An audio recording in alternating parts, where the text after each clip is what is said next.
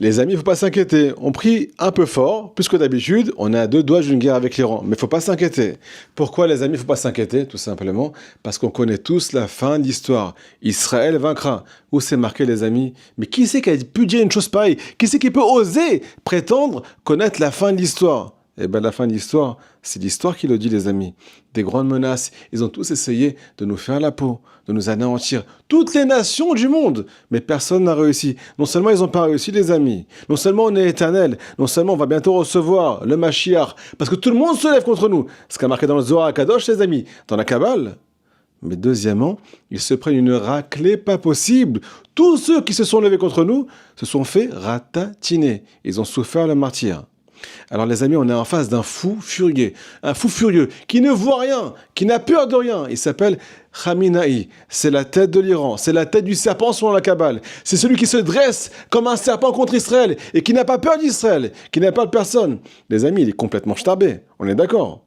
Ne pas avoir peur d'Israël, alors que Akadosh vous protège Israël depuis la nuit des temps, il faut vraiment être complètement déglingué de la tête.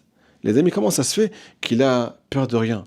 Qu'il a ce qu'on appelle une force dans le cœur et qui menace sans avoir peur de ce qu'on appelle les représailles. Réponse, les amis.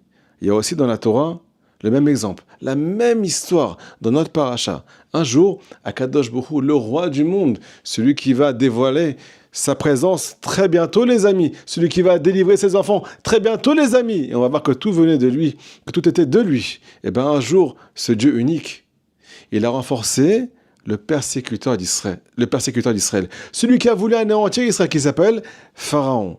Pharaon, il est de chair et de sang, et pourtant, il a vu des miracles, et pourtant, il a continué à se battre pour exterminer les peuples juifs. Qui c'est qui lui a donné les forces? Il y a marqué dans la Torah, les amis, que c'est Dieu lui-même. Pourquoi Hachem fait ça? Pourquoi Hachem, tu donnes des forces à nos ennemis? Tu les laisses construire la bombe nucléaire, des missiles ultra perfectionnés, des puissances extraordinaires. On a tous rabotaillé des chocottes. Mais d'un autre côté, Akadosh Baruch Hu, c'est lui qui leur donne les forces. Pourquoi, les amis? Parce qu'il y a marqué dans les secrets de la Torah que Hachem fait monter le Sitra Achra, fait monter les forces qui ne sont pas de la sainteté, qui sont contre Israël. Au plus haut niveau, il les fait monter. Le jour où ils atteignent le plus haut niveau, eh ben, il leur fait atteindre le dernier niveau. Il leur coupe la tête pour leur montrer que malgré toute leur puissance, si je bouge le petit doigt, il dit Hachem, il n'y a plus rien qui existe. Mon peuple, il sort d'Égypte. C'est exactement, les amis, ce qui va se passer avec Khamenei. Alors, ne pas avoir peur, les amis. Juste on se renforce en prière, en aide des doutes, en faisant ce qu'on appelle le Tikkun Chatzot, pour être sur le Beth Amikdash chaque soir, après minuit, les amis. Après la moitié de la nuit. Maintenant, les amis, je vous dévoile un deuxième secret qui est encore plus important que le premier. Et ce secret-là, il va nous amener à ce qu'on appelle le happy end, la fin de l'histoire, la délivrance d'Israël totale, la fin des épreuves totale, sur le plan matériel, spirituel, sur le plan général et aussi sur le plan personnel. De quoi ça dépend? Ribono Shel Olam. Les amis, le sage nous dévoile, première bonne nouvelle, le peuple d'Israël a déjà été délivré une fois dans l'histoire, par un mérite qui s'appelle Emouna. On a vu des miracles, on est sorti d'Égypte, c'était impossible, et pourtant c'est arrivé. Toutes les lois de la nature se sont annulées devant Akadosh Baruch Hu. Par quel mérite nos sages nous disent? Par un seul mérite qui s'appelle Emouna. Le fait d'avoir les yeux dirigés vers Hachem, le cœur dirigé vers Hachem. Papa, je vis avec toi, c'est toi qui existes, c'est toi qui diriges ce monde, papa. Par ce mérite, on a été délivré. Nos sages nous dévoilent un deuxième secret, les amis. Dans les temps futurs, alors comme dans le passé, on sera délivré par ce même mérite. On sortira de tous les exils. On recevra Mashiach par le mérite qui s'appelle Emouna. Les amis, j'ai une question pour vous. J'ai une kippa sur la tête. Je vous donne un cours Torah. J'ai les tzitzit. J'étudie la Torah. Vous étudiez la Torah avec moi aujourd'hui. Vous voulez vous renforcer. Vous avez le cœur sur la main. Vous avez envie d'avancer. Pourquoi Mashiach n'est pas encore arrivé? Pourquoi on n'a pas encore été délivré? Si c'est ça la clé de la délivrance d'Israël. Réponse, les amis, il nous manque un niveau extraordinaire qui s'appelle pas seulement croire que Dieu existe, croire dans notre cœur, sur le plan sentimental, qu'il est omniprésent et qui dirige toute notre vie de A à Z, dans tous les domaines, matériel, spirituel, parnassa, shalom bayit, paix au foyer, éducation des enfants, santé, joie, ainsi de suite, montée, descente, les bgamim, le fait qu'on tombe par terre des fois, le fait qu'on se relève, tout est dirigé par la providence divine. Nous dit le Baal Shem Tov Akadosh, quelque chose de magnifique, les amis, un épi de blé qui tombe d'une charrette. C'est la providence divine qui a voulu ça. C'était marqué depuis la nuit des temps. C'est là-bas qu'il devait arriver. Alors imagine que toute ta vie, elle est encore plus dirigée par Akadosh Baruch Hu que cet épi de blé.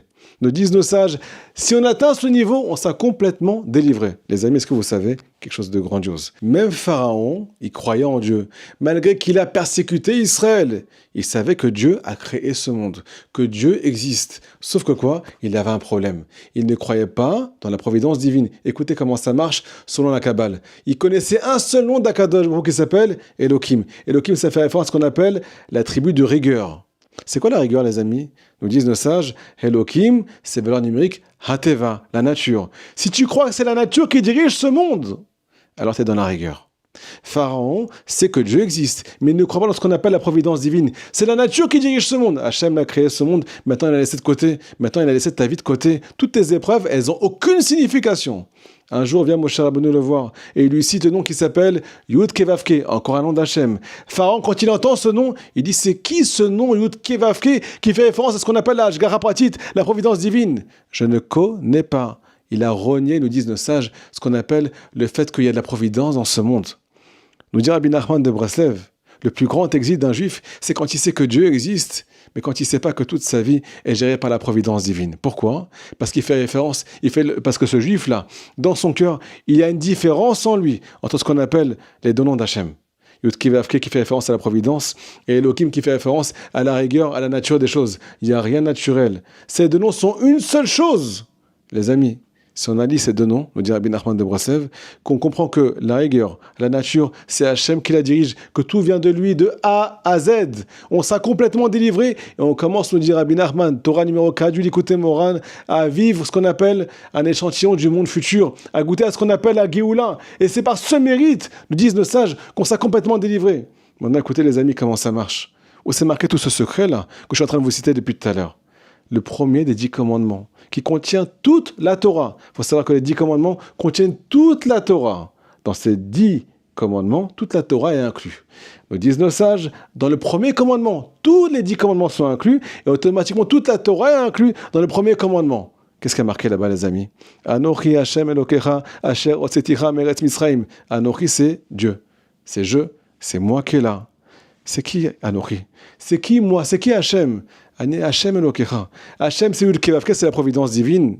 C'est la miséricorde. Elokecha, c'est ce qu'on appelle la tribu de justice, la Midat Hadin, ce qu'on appelle la nature. T'as pas compris que moi, je suis les deux noms. Tout vient de moi, même la rigueur, même la nature. Tout ce qui t'arrive, c'est dirigé de A à Z.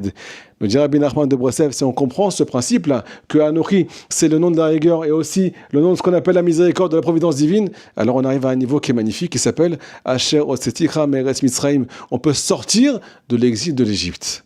Celui qui est ce qu'on appelle assujetti par ce qu'on appelle les tavot, par les tentations, par les problèmes de trait de caractère, qui ne sait plus où il habite, qui est rempli de tristesse, c'est parce qu'il est encore en exil, les amis. Parce qu'il croit que ça n'a pas de signification, que toute sa vie n'est pas dirigée par Hachem, par la providence divine. À cause de ça, il est en exil. Mais celui qui arrive à ce qu'on appelle mêler ces deux noms, Yud Kevavke, la providence divine, et aussi Elohim, qui fait référence à la nature et à la rigueur, que c'est Hachem qui se cache là-bas, et pour ton bien uniquement, pour te faire avancer, pour que tu arrives à ta réparation finale, et que tu reçoives Mashiach. Celui-là, il arrive à ce qu'on appelle le niveau de Asher Hotzeticha Meretz Mitzrayim. Il n'est plus dans l'exil, il est complètement délivré. Rien ne peut l'atteindre. Il arrivera à se battre contre toutes les tentations, parce que c'est Hachem qui les envoie, et parce que Hachem croit en toi que tu peux tout surmonter. Les amis, ce cours, il est pour la protection des soldats, pour la protection de tout Israël. Faites-le passer au maximum pour qu'on puisse avancer et recevoir le visage du Mashiach très bientôt. Amen, Kenny Ratson.